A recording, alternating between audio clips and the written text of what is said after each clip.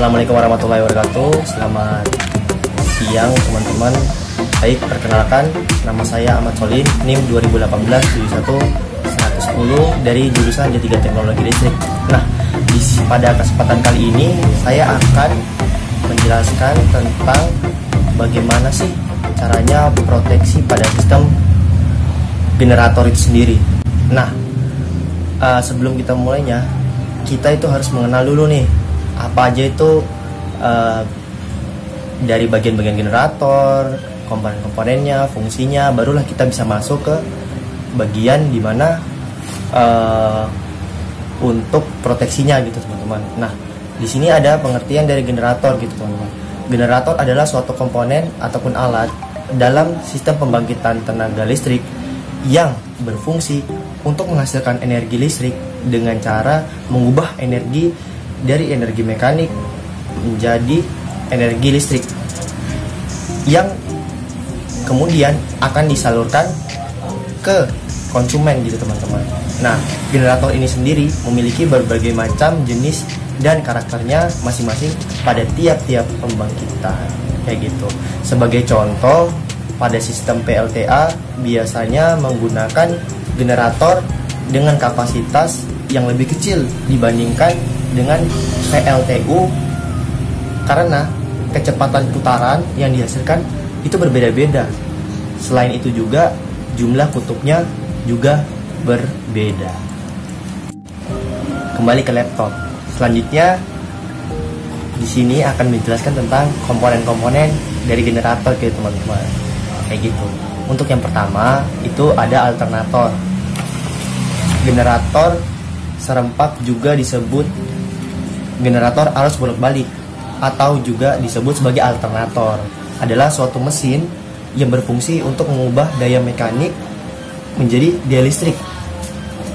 Arus bolak-balik. Prinsip dasar yang digunakan untuk mengkaji kerja generator arus bolak-balik adalah dapat dilihat pada hukum Faraday gitu teman-teman, yang menyatakan bahwa jika sebatang penghantar berada dalam medan magnet yang berubah-ubah, maka penghantar tersebut akan terbentuk gaya gerak listrik. Untuk dapat terjadinya gaya gerak listrik atau yang bisa disebut dengan GGL tersebut diperlukan dua kategori, yaitu pertama, memasukkan tenaga mekanik yang akan dihasilkan oleh penggerak atau yang bisa disebut dengan prime mover gitu teman-teman. Yang kedua, arus medan atau IF-nya yang berupa arus searah yang akan menghasilkan medan magnet dapat diatur dengan mudah gitu. Nah, untuk komponen yang kedua itu ada regulator tegangan atau voltage regulator. Komponen ini mengatur tegangan keluar generator. Komponen ini bisa itu meliputi regulator tegangan atau konversi tegangan dari AC ke DC. Ada juga yang namanya exciter winding atau konversi arus dari DC ke AC. Ada juga rotating rectifier gitu dari AC ke AC, terus dan ada armatur juga, ada konversi dari DC ke AC gitu teman-teman. Dan untuk komponen yang ketiga itu ada sistem pendingin atau dan biasa disebut tuh sistem pembuangan panas gitu teman-teman. Penggunaan generator secara terus-menerus menyebabkan berbagai komponen ini menjadi panas teman-teman. Jadi kalau jadi panas ini biasa ditanggulangi sama sistem pendingin ini. Jadi sangat penting buat mempunyai sistem pendingin dan pembuangan panas buat menyalurkan panas yang dihasilkan dalam proses itu. Nah, buat komponen yang keempat itu ada sistem pelumas. Karena generator ini terdiri dari bagian-bagian bergerak pada mesinnya, maka perlu pelumas buat memastikan daya tahan dan kelancaran operasi dalam jangka waktu yang lama. Untuk komponen yang kelima itu ada panel kontrol teman-teman. Komponen ini berfungsi buat penghubung antara penggunaan generator dan generator itu sendiri. Jadi setiap pabrik mempunyai berbagai fitur yang berbeda pada panel kontrol unitnya. Oke, baik teman-teman, sebelum kita mengenal apa itu proteksi pada generator, kita harus mengenal dulu proteksi itu sendiri. Nah, sistem proteksi tenaga listrik merupakan sistem pengaman pada peralatan yang terpasang pada sistem tenaga listrik, seperti yang saat ini kita bahas itu teman-teman, pada generator, bisa juga digunakan pada busbar, pada transformator, pada saluran udara tegangan tinggi, pada saluran kabel bawah tanah, dan lain sebagainya terhadap kondisi abnormal atau bisa kondisi yang tidak normal gitu pada operasi sistem tenaga listrik kayak gitu. Nah, biasanya komponen proteksi ini yang digunakan yaitu berupa relay gitu teman-teman. Nah, relay itu sendiri adalah saklar atau switch yang dioperasikan secara listrik dan mempunyai komponen elektromekanikal yang terdiri dari dua bagian utama itu teman-teman. Ada yang pertamanya itu elektromagnet atau koilnya, dan mekanikal atau seperangkat kontak-kontak saklar atau switch gitu teman-teman. Nah, relay ini menggunakan prinsip elektromagnetik untuk menggerakkan kontak saklar sehingga arus listrik yang kecil atau low powernya itu dapat mengantarkan listrik yang bertegangan lebih tinggi gitu teman-teman. Nah, untuk komponen dari relay itu dapat dilihat di atas ya. Selanjutnya, setelah kita mengetahui pengertian relay, kita harus juga mengetahui fungsi-fungsi dari relay itu. Beberapa fungsi dari relay yang telah umum diaplikasikan dalam peralatan elektronik atau biasa yang diterapkan dalam kehidupan sehari-hari lah itu teman-teman. Saya menjelaskannya secara umum aja. Yang pertama itu relay digunakan untuk menjalankan fungsi logika.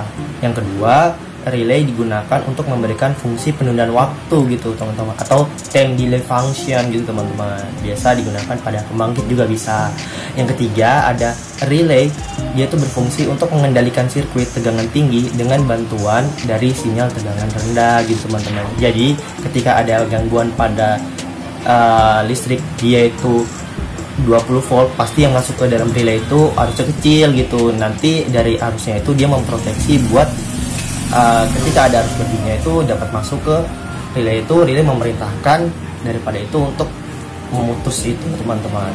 Dan yang terakhir itu ada juga relay itu berfungsi melindungi motor ataupun komponen apapun dari kelebihan tegangan ataupun hubung singkat gitu teman-teman, agar relay ini ataupun dari komponen itu tidak rusak gitu teman-teman.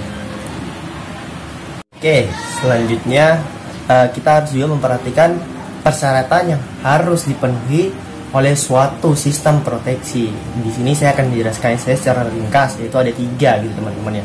Yang pertama ada keterandalan atau reliability-nya. Pada kondisi normal atau tidak terjadi gangguan, relay tidak bekerja gitu teman-teman.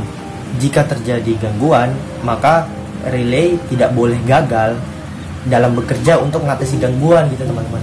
Jadi kegagalan kerja relay ini dapat mengakibatkan alat-alat yang diamankan rusak berat ataupun bisa terjadi gangguan yang meluas gitu teman-teman. Yang kedua itu ada selektivitas atau selectivity gitu. Nah, selektivitas ini berarti relay harus mempunyai daya berbeda sehingga mampu dengan tepat memilih bagian yang terkena gangguan. Relay mendeteksi adanya gangguan dan memberikan perintah untuk membuka pemutus tenaga, atau biasa sini ada CB juga, dan untuk memisahkan bagian yang terganggu. Jadi tidak gangguan itu tidak menyebar secara luas gitu teman-teman. Dan yang ketiga itu ada sensitivitas. Relay harus mempunyai kepekaan yang tinggi terhadap besarnya sebagaimana itu yang direncanakan gitu teman-teman. Relay harus dapat bekerja pada awal terjadinya gangguan. Oleh karena itu, gangguan lebih mudah diatasi pada awal kejadian. Gitu teman-teman. Dari yang saya lihat di sini ya teman-teman, saya tidak menjelaskan secara panjang, tapi saya di sini menjelaskan relay pada yang digunakan pada generator tuh teman-teman. Di sini tuh ada 3 yang saya ambil ya teman-teman. Yang pertama itu ada relay kehilangan medan penguat itu, atau biasanya disebut dengan relay 40 gitu teman-teman. Untuk relay di sini itu untuk mencegah terjadinya kehilangan medan penguat pada generator.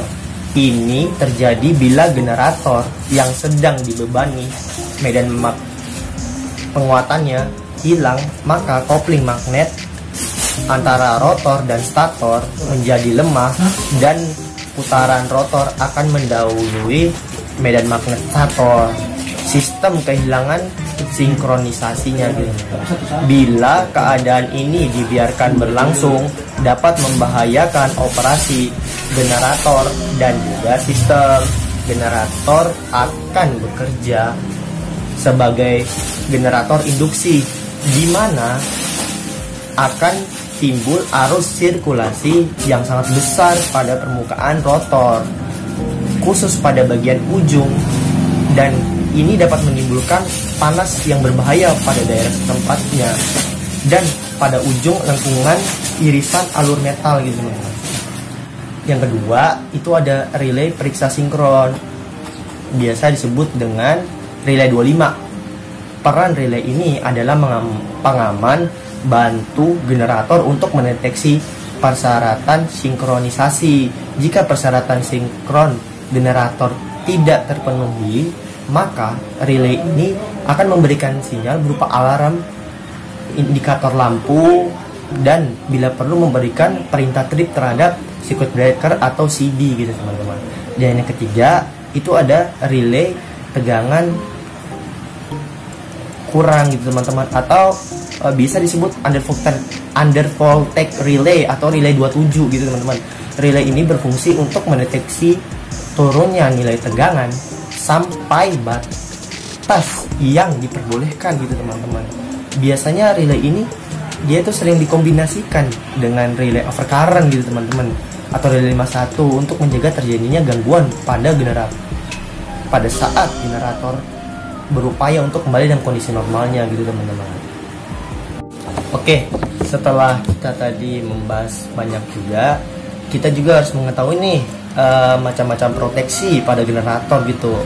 Biasanya itu proteksi pada generator tuh dia bisa terjadi karena adanya gangguan pada generator tersebut teman-teman. Nah, di sini saya akan menjelaskan ada 5 macam gangguan pada generator teman-teman. Yang pertama, hubung singkat antar fasa gitu teman-teman. Gangguan ini terjadi bila isolasi antara fasa rusak, bisa terjadi dalam stator maupun di luar stator generator.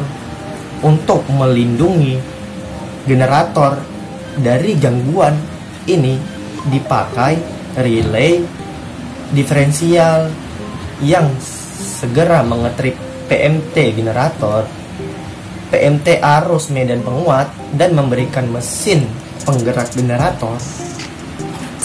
Nah, di sisi lain juga hal ini diperlukan untuk menghentikan sama sekali GGL yang dibangkitkan dalam stator generator, sehingga hubung singkat antara fasa ini segera berhenti. Relay diferensial untuk mendeteksi gangguan antara fasa dan memberhentikan gangguan antara fasa guna menghindari kerusakan pada generator yang lebih besar. Yang kedua, hubung singkat antara fasa dia ke tanah. Gangguan ini dapat terjadi dideteksi oleh relay diferensial bila titik netral generator tidak ditanahkan. Oleh karenanya, adanya hubungan ke tanah ini bertujuan untuk melindungi generator terhadap gangguan hubung tanah. Yang ketiga, biasanya itu suhu tinggi. Kenaikan suhu disebabkan oleh karena pembebanan lebih pada generator yang terlalu lama, fertilisasi yang kurang sempurna, atau karena banyak kotoran yang menempel pada isolasi lilitan stator sehingga menghambat pelepasan lilitan stator. Aliran minyak pelumas yang kurang baik juga menyebabkan suhu tinggi. Untuk mengamankan generator terhadap masalah suhu yang tinggi, dipakai relay suhu yang dapat ataupun pada tahapan pertama ini dia itu membunyikan alarm, dan pada tahapan berikutnya dia mengetrip PMT pada generator. Nah, yang keempat itu ada penguatan hilang. Bila terjadi gangguan pada rangkaian arus penguat sehingga medan penguat generator menjadi lemah atau hilang, maka generator mengalami kondisi out of step atau lepas dari sinkronisasinya dengan sistem yang khusus. Oleh karenanya, pada generator yang mempunyai daya relatif besar disediakan loss of field relay untuk mencegah terjadinya situasi out of step tadi, teman-teman. Di atas, dengan menjalankannya dengan cara mengetrik PMT generator bila arus penguatannya hilang atau menjadi lemah oleh karena adanya gangguan pada sirkuit arus penguat. Nah, untuk yang kelima ataupun yang terakhir yaitu hubung singkat dalam sirkuit rotor. Untuk melindungi gangguan ini, maka generator yang besar dipasang relay pengaman terhadap rotor hubung singkat. Oke teman-teman, setelah penjelasan saya tadi, yang penjabaran saya tadi,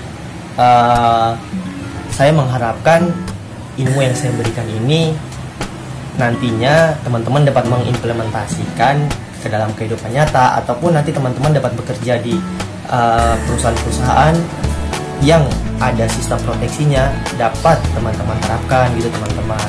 Mungkin itu aja dari saya, kurang dan lebihnya mohon maaf.